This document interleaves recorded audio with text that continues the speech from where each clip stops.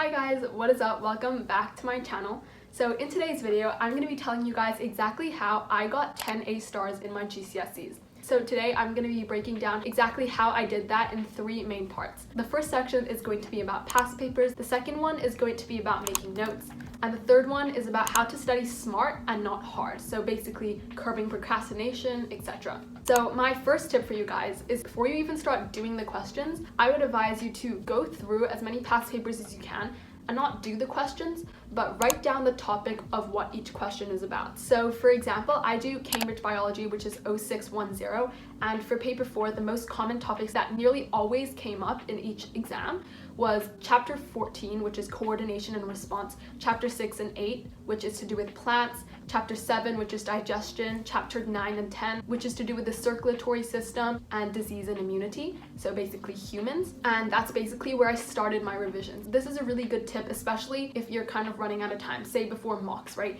A lot of the teachers tend to use past paper exam questions in your mock, so use that as kind of a starting point of where to study. Another example would be chemistry paper 6, for example. I do chemistry 0620, which is also Cambridge, and basically for paper 6, the majority of the paper is about testing for ions, which is chapter 8. So before you start the paper, you already know that some of what you study is going to be on that test. So essentially, don't start from chapter 1 when you're studying. You should have 2 main things in your mind. Firstly, what are you not so good at? So pick the chapters that you aren't so good at studying to do first, and also what comes up in the past papers a lot of the time, because they repeat the same topics and ask different questions. But if you look through the past papers, you'll understand what I mean by the same few topics come up again and again and again. I'm not saying that you shouldn't study the other topics, I'm just saying that you should put more emphasis and more time into that because they're a lot more likely to come up. Obviously, you still need to study the other topics too because they could possibly come up, but that's just a tip that was really helpful to me in my exams. My second tip is to basically use your past papers.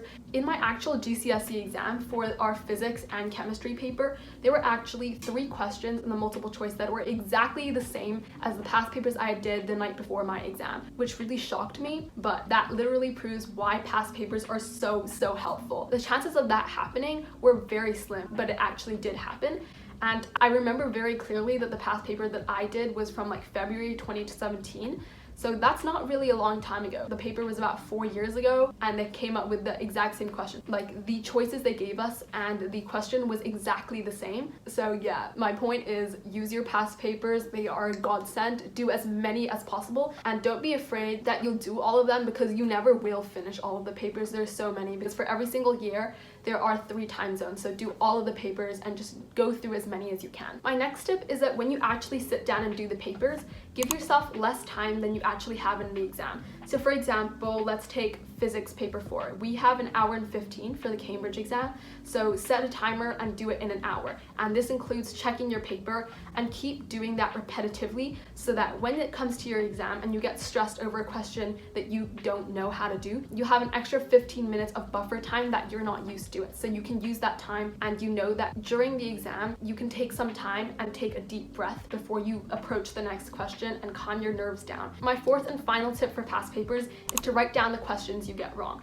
So personally, I did a lot of my past papers on my iPad, but if you don't have an iPad, don't worry. You can write the question down or take a photo on your phone of the question that you got wrong. Make sure that you record your errors. So essentially what I did is that whenever I made a mistake, I would take a screenshot of that question and I would paste that into a notebook on GoodNotes and keep all the questions that I got wrong. After that, I would use the mark scheme and use whatever resources, so notes, the textbook, etc., to figure out why I got that question wrong. And that really helped me because a lot of the time they have very similar questions, but they'll just change around the numbers a bit, but the technique to do the question is the same. And you have to make sure that you get down to the root of the problem. Understand why you made that error and don't make the same mistake again. Okay, now on to how to make notes. My first and most important tip in this section is to use your specification. I cannot stress how important your specification is. I didn't really understand the importance of it until the summer before year 11, which was admittedly very late. But if you're going into year 11 this year, don't worry, start using it now. Go through all the notes that you already have and fill in the gaps because all the bullet points in your specification are fair game for them to test. So don't ignore any of the bullet points on that specification because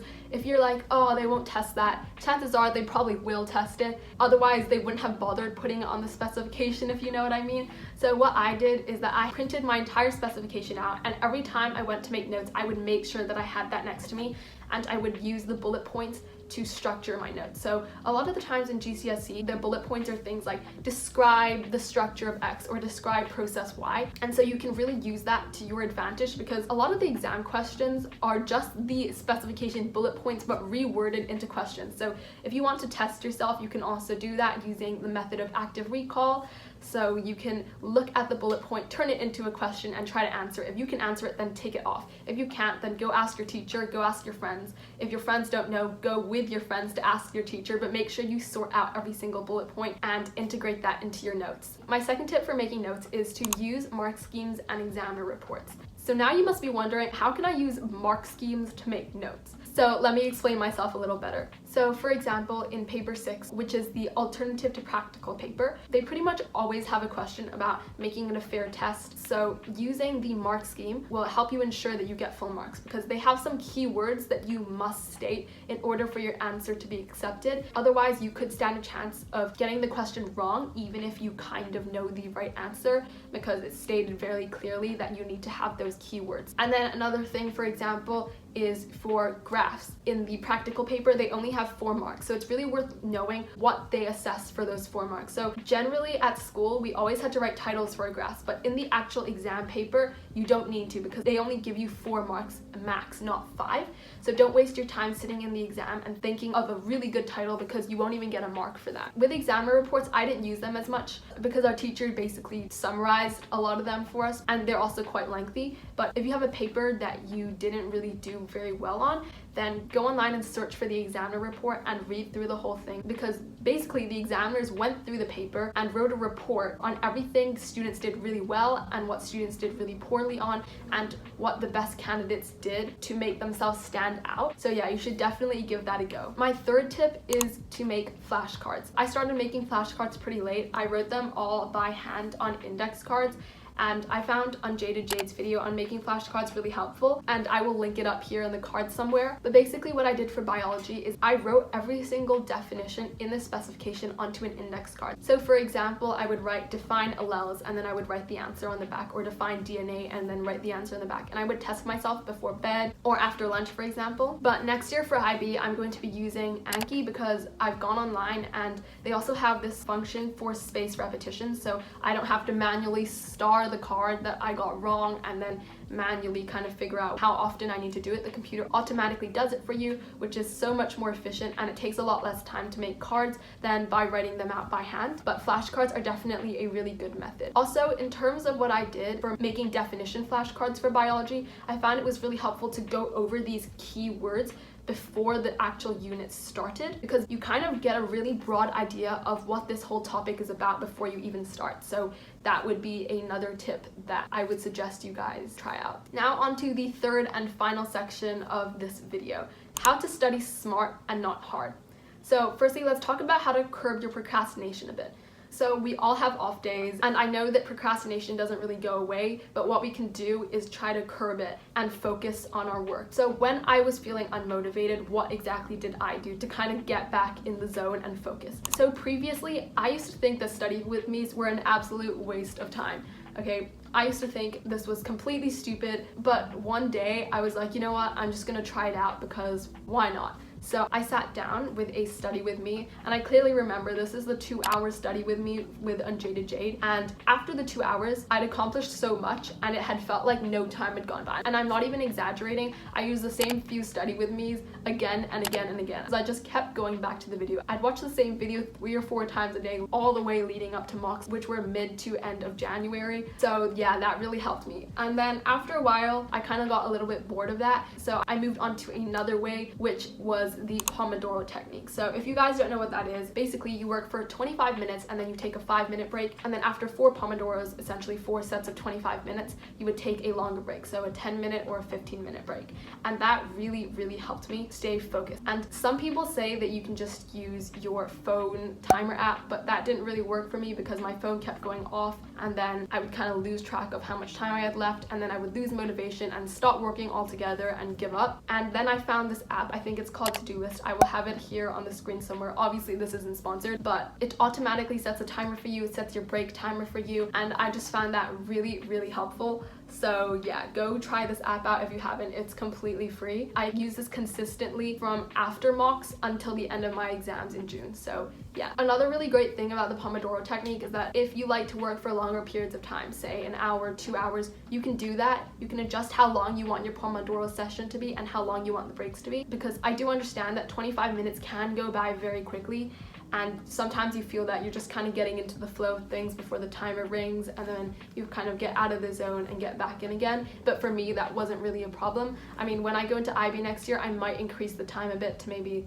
30 minutes, 40 minutes, but really, I think it depends on your mood that day and how you as a person work best. My third tip to study smart and not hard seems like a very generic one and seems like a pretty obvious one, but it is literally to pay attention in class and to understand the content while you're in class, and not to wait till you get home and say, I'll figure it out when I get home, I'll figure it out on my own, I'll ask my parents. It generally never materializes. Just ask your teacher in class. There's no shame in doing that. I used to do it all the time and literally no one cared. Even, for example, if your class is just mental, tell yourself that it doesn't matter because you're at school to learn. And at the end of the day, if you don't understand that key concept, then you only have yourself to blame, because you need to use these opportunities and maximize it. For example, for English literature and English language, I kid you not, I didn't study for my actual GCSE. And I'm not saying this to say don't study for any subject, because obviously that's not the case. I studied really, really hard for a lot of my other exams, all my science exams, did loads of past papers for maths. What I'm saying is that because I paid attention in class, I actively participated, I asked my teacher questions, I made notes in class, I did all my essays to the best of my ability, and I recorded all of the feedback that my teacher had given me. The only time that I studied was on the way to my school, which is a 10-minute drive, is when I looked over some notes that I had made in class. Just to be clear, you shouldn't just solely rely on paying attention in class, but I just want to demonstrate to you how crucial it is. My fourth and final tip is to stay organized and make sure you have a filing system that works for you. If you don't already have a folder organization system, then make sure to hit the subscribe button, because I'm going to be coming out with a video on that very, very soon. But essentially, having a big binder for every single subject and then having a day folder is really good practice, so that none of your loose sheets, your class notes, your worksheets, nothing gets lost in the process. And make sure to keep all your tests as well, just in case, for example, another pandemic hits, because you never know when you'll need that evidence. And it's also really good to look back upon it, reflect on it, and learn from all of those mistakes. Anyways, I hope that helped you guys. If it did, please give it a big thumbs up, because that really helps me out. And let me know in the comments down below if you have any video requests about subject-specific advice, organization systems, exam techniques, etc. I will respond to them and I will make those videos if you guys want me to. But yeah, I hope you guys have an amazing day, and don't forget to make someone smile. Bye!